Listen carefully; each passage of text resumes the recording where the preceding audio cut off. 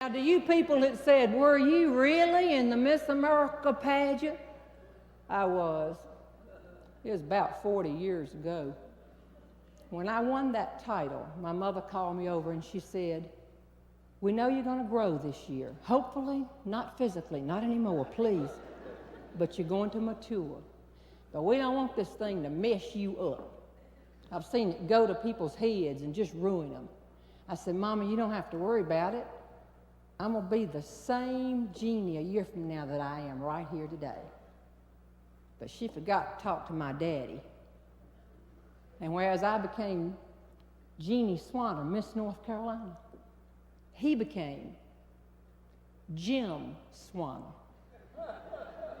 father of Miss North Carolina. He was obnoxious. We would go places and people would say, are you Miss North Carolina? The height always gave it away. And before I could respond, he would lean in and say, I'm her father. You might want to talk to me about how we did this. We went for a speaking appearance in Raleigh, and Mama was parking the car, and Daddy was helping me take the luggage upstairs. And we got on the elevator, and a group of people got on the elevator with us, and not a single person said, are you Miss North Carolina? And out of the corner of my eye, I could see it bothering him. He had wedged himself back here in the corner, and he was going from his left foot to his right foot, looking around like, don't these people know who they're on the elevator with? They couldn't have cared less.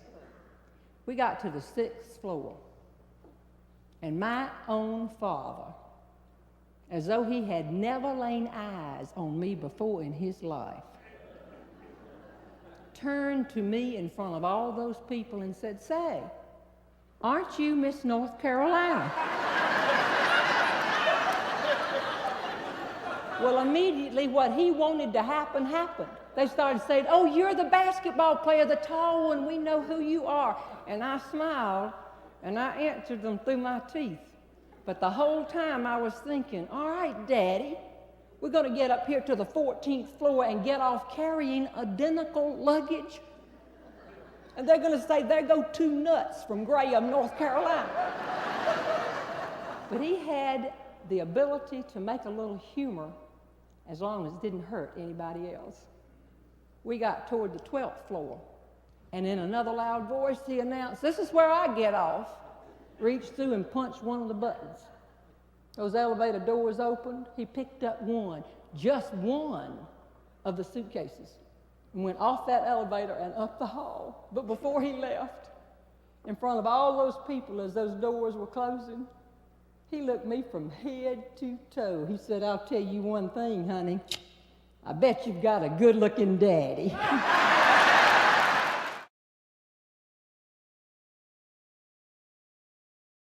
In our area of the country, as you know, when someone we know gets sick or has passed, that's the way we do it. Have you noticed it? If we hear the word passed, we and then we go on. I was seated next to a woman on the airplane, and not a month or two ago, she was 70 and going to see her sister. I'd never met her. And I said to her, how many siblings do you have? She said, I have 2 sisters, and then we had a third one. She passed in 1941, and both of us went, oh, I'm so sorry. You know what I think it is? I think it's just a little show of respect, just to stop for a minute and do like this and do this. Well, in our area of the country, when somebody gets sick that we know or has passed, we take over food. Have you noticed it? We take over food. You can buy that food. You can go to the deli and the grocery store, get something great, hire somebody to bake it, but put it down in the big list of important things for life. You get a lot more credit if you make it yourself. You can put it on your grandmother's platter, but the women in the kitchen will say, I know where she got that chicken. I'm telling you, it works out that way. And I make only one thing, and that is small little 7-Up pound cakes. I make them by the dozen. I'm out of town, something happens, left brain takes it over. And not long ago, got up one morning and heard that a friend of ours was sick and went to my freezer and my pound cakes were depleted. I did not realize I was out. He said, I've been taking them to a lot of people been sick. I said, well, I didn't know they were gone. I got to get a pound cake made before I leave town. Honey, go to the grocery store and get my ingredients. He said, I'm trying to get to badminton. I said, well, it's just a few ingredients. He said, I tell you what, I can get there and get it and still get to badminton, but you make sure I can go through that express lane. No problem. We don't go to the grocery store together anymore because I frankly don't care what things cost by the half ounce.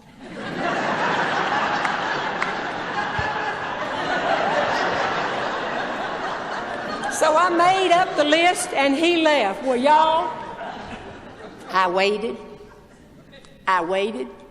He didn't come back. I thought, he's gone on to badminton. And I thought, no, where could he be? I was getting ready to call the grocery store and I heard the car pull in. He came huffing up the steps, had 2 sacks and more sacks hanging on his arms. He just glared at me, started putting stuff down, and said, I'll get some more out of the car. I looked in the first sack, there was a pound of margarine and 2 gigantic bottles of vanilla flavoring, doling out a half teaspoon at a time. It would take forever to get rid of these 2 gigantic bottles of vanilla flavor. And in the next sack were 3 dozen eggs. I said, they had a special. I'll tell you, they have had a special. I didn't need but 5 eggs, and I just said a dozen. In the next sack was a big old thing of shortening, 2 of them. And in the next sack, 2 more, 12 pounds of lard. We could fry fish for everybody in here. But in that 4th sack, I found my list. And I'd like to step out of the kitchen just a minute to tell you something. Left Brain is a smart man. He went to Duke University on a basketball scholarship, played basketball for 4 years, and graduated in the same 4 years. Then he went to Carolina and got a master's degree and a doctorate. He has over-degreed himself. But I don't care how many pieces of paper you frame and put on the wall, if you have a left brain, it's going to kick in on you. And it kicked in on him about the 3rd aisle of that grocery store. I'll step back in the kitchen. I found my list, and in my eagerness to make sure that he could get through the express lane, for probably the first time in my life, I numbered the items.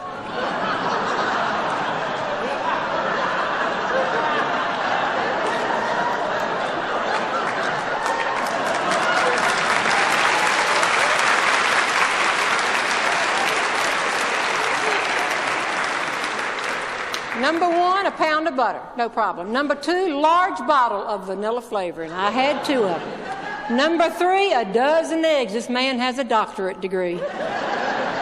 Number 4, a big tub thing of lard. I could hear him coming back. I looked down at number 5. Said a 5-pound bag of sugar. I knew he was coming in with 25 pounds of sugar. And number 6 was a 5-pound bag of all-purpose flour, 30 pounds of flour. Now, I believe in accepting things you can't change, but I also believe in hounding things sometime, and then sometime I let it ride. And this time, y'all would have been proud of me. I let it ride. I put that list behind my back. He came in again, plopping down sugar and flour all over, bam, bam, bam, bam, gets it all down there and says, 1 more trip. I went back to my list and looked, and number 7 was a bottle of 7-Up. I don't want that big bottle because if you're going to make 1 cake and you just use it, it'll be stale by the time I get back. I told him I wanted a 6-pack of those medium-sized ones hanging. So I knew he was coming back in with 42 bottles of 7-Up. And in a minute, there he was. I had just cleared a space for him right here. Back it up. Put them all down and turned around to me before he left and said, well, obviously, they wouldn't let me through the express lane. But you know what? He got all the way out in the hall and came back and he said, for the record, I figured out what I had done. But by then she was ringing up the 7-Up. And all these people behind me in line were laughing. And I got to get to badminton. Don't tell anybody. I said, I won't. 3 days later, I went to the grocery store, and a woman that was checking me out says, I think I checked out your husband a few days ago. I said, I'm sure you could have. She said, that was an interesting order. I said, let me explain to you. And she was from this area too, and this proves it, because I said, anytime a friend of ours gets sick or has passed, and both of us went,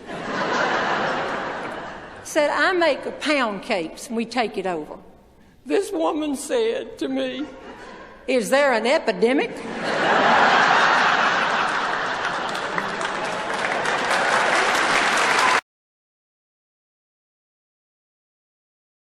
Of humor, I also think it's important to look for the humor around us every single day. I was in an airport, and I always try to listen and just watch.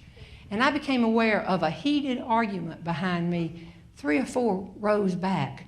It was awkward because it was so loud, and I turned this way like I didn't hear it. The argument was between a teenager and her mother, and they were arguing over a boy. I know this argument. I have been a teenager, I am a mother, I am a grandma. I could have taken either place from these people right here. Either place. The teenager was saying, you can take me on this trip, and you can take away my cell phone. But when we get home, I am too going out with him. Well, it was so awkward. I looked to see if anybody else was eavesdropping like I was, and it was amazing. Everybody in the gate area had just become interested in, like, a light bulb. And one man tying his shoe back and forth, back and forth. But a second later, I found out we were all listening because we all burst out laughing at the same time when the teenager said, he is too a nice boy. Why else would he be doing 200 hours of community service?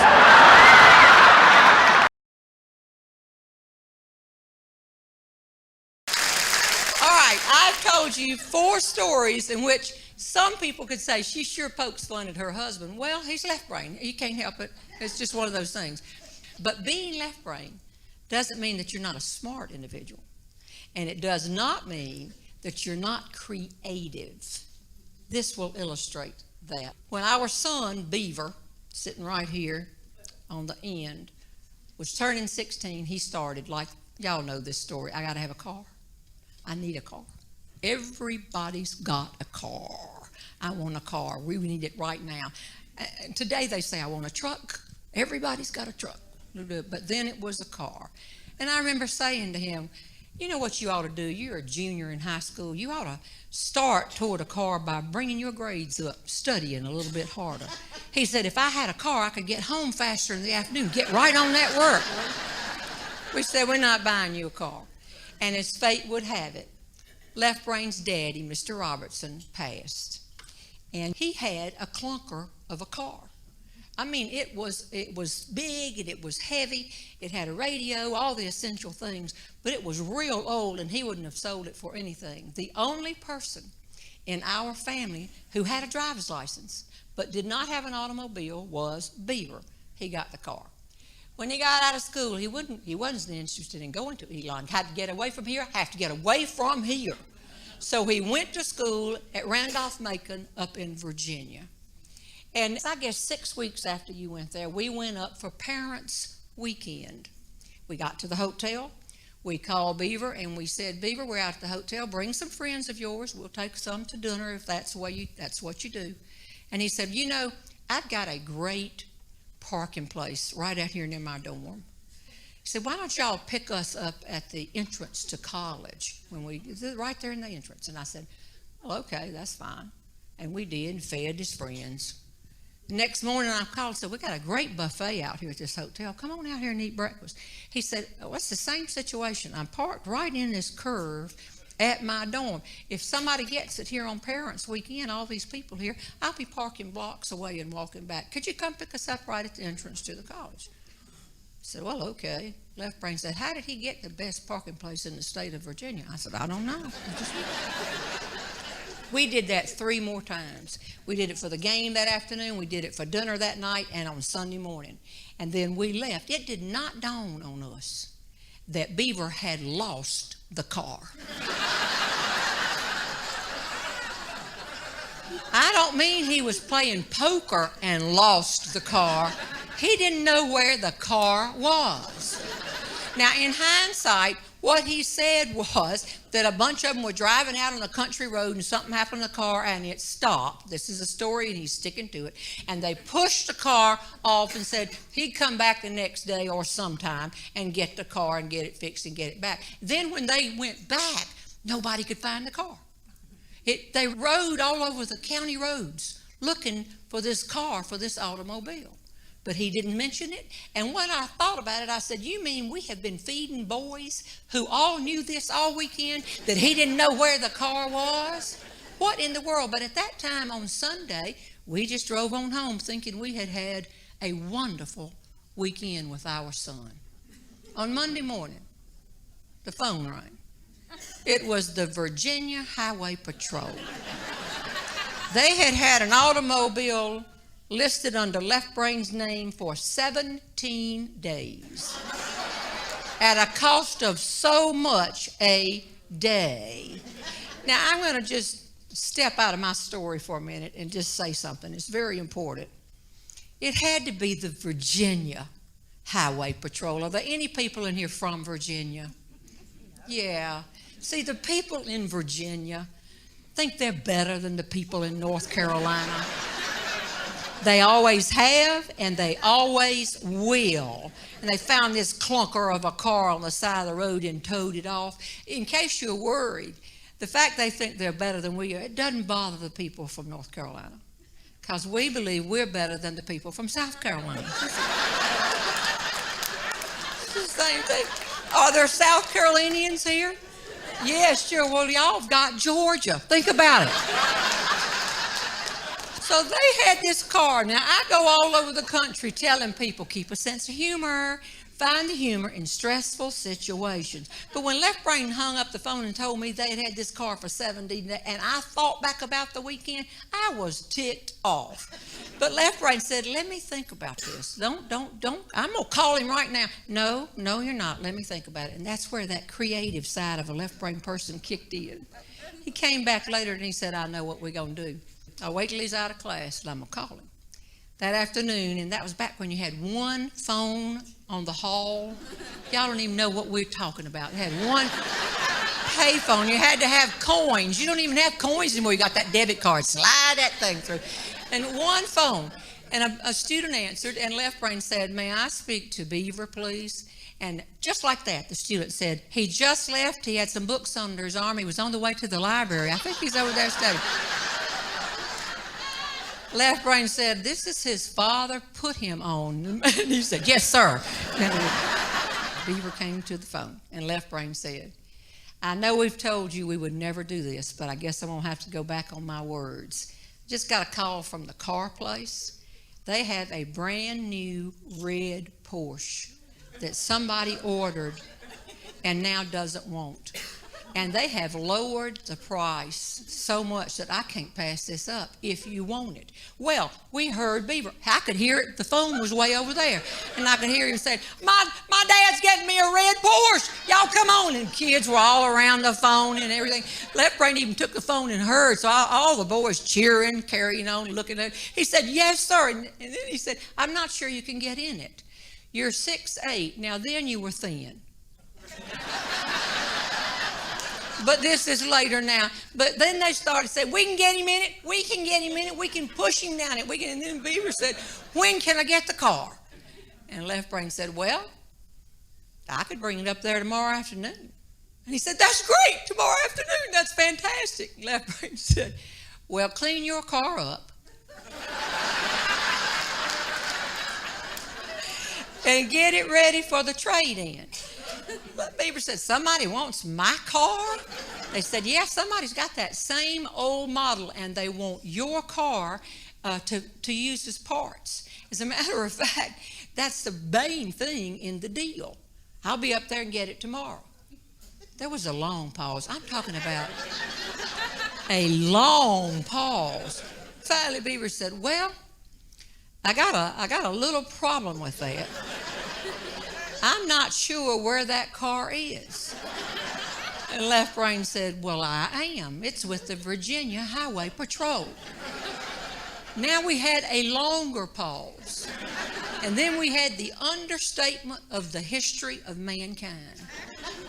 Beaver finally spoke, and he said, I guess this means there's no red Porsche.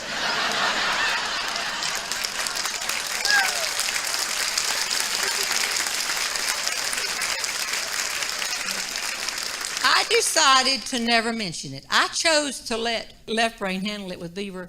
Beaver knew that I knew about this, but he never knew when or where I would jump in with it.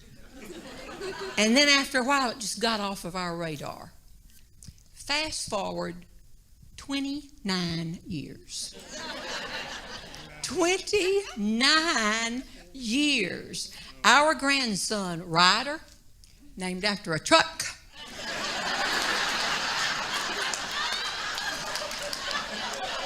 Ryder was coming to Elon as a freshman last August. And the big thing is he had a piece of a car. You know where he got it.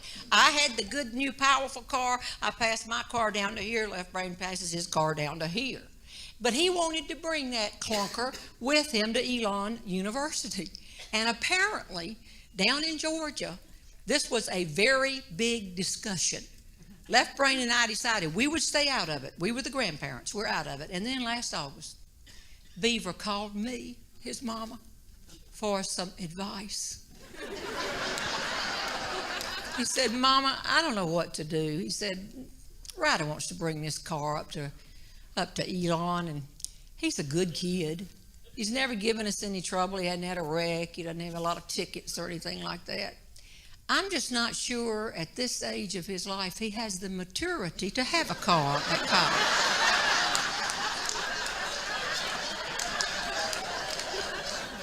It is written in the Bible, vengeance is mine, saith the Lord. But I can't help but believe that in heaven they don't cut mothers a little slack.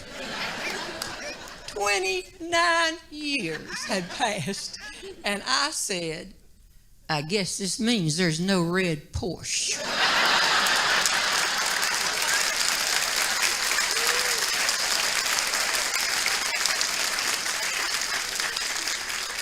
It took Beaver a little while to connect the dots, but he did, and finally he said, I can't believe that. I cannot believe that after all these years, you put that right in like you just did. I said, the problem with you, Beaver, is you don't know how patient your mother can be. And he said, the problem with you, Mother, is you're going around the country giving all these theater shows and people are laughing and you're beginning to think you're a lot funnier than you are.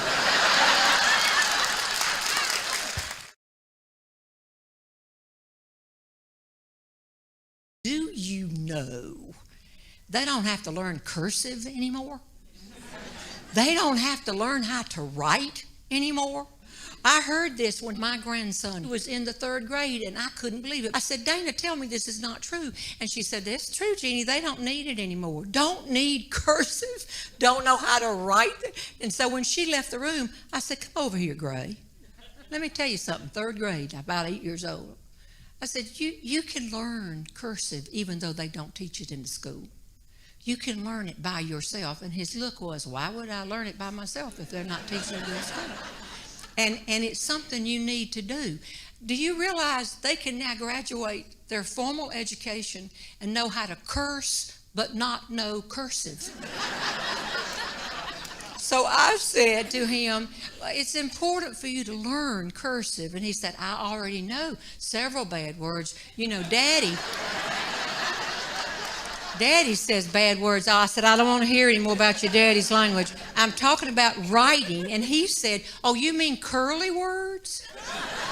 said, we don't need curly words, Nene, because we've got computers. We don't need them. And I said, you do need them too. You come here and sit right here, and I'm going to tell you why. And I gave him a little hug, and I said, you know, one day, Nene's going to go to the big stage in the sky. And he said, I know it, Nene, and I'm going to be so sad when they take you away in the boat. The boat? Going to take me away? Daddy said, when Nene goes to the big stage in the sky, a ship's coming in.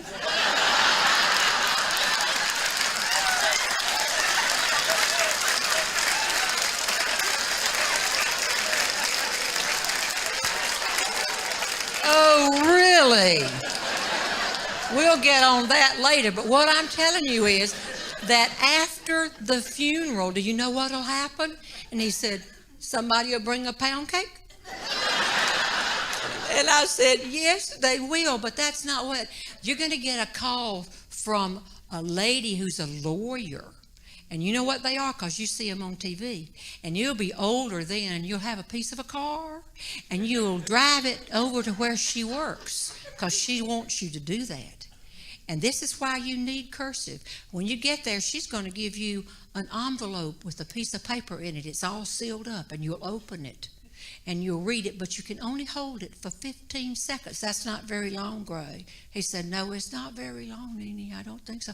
But when you pull out that piece of paper, you know, I've worked all my life giving my speeches, and people pay me, and I have saved my money, and I've put some in a secret place for you. And on that piece of paper, it's going to tell you where that money is. And it's going to be written in cursive.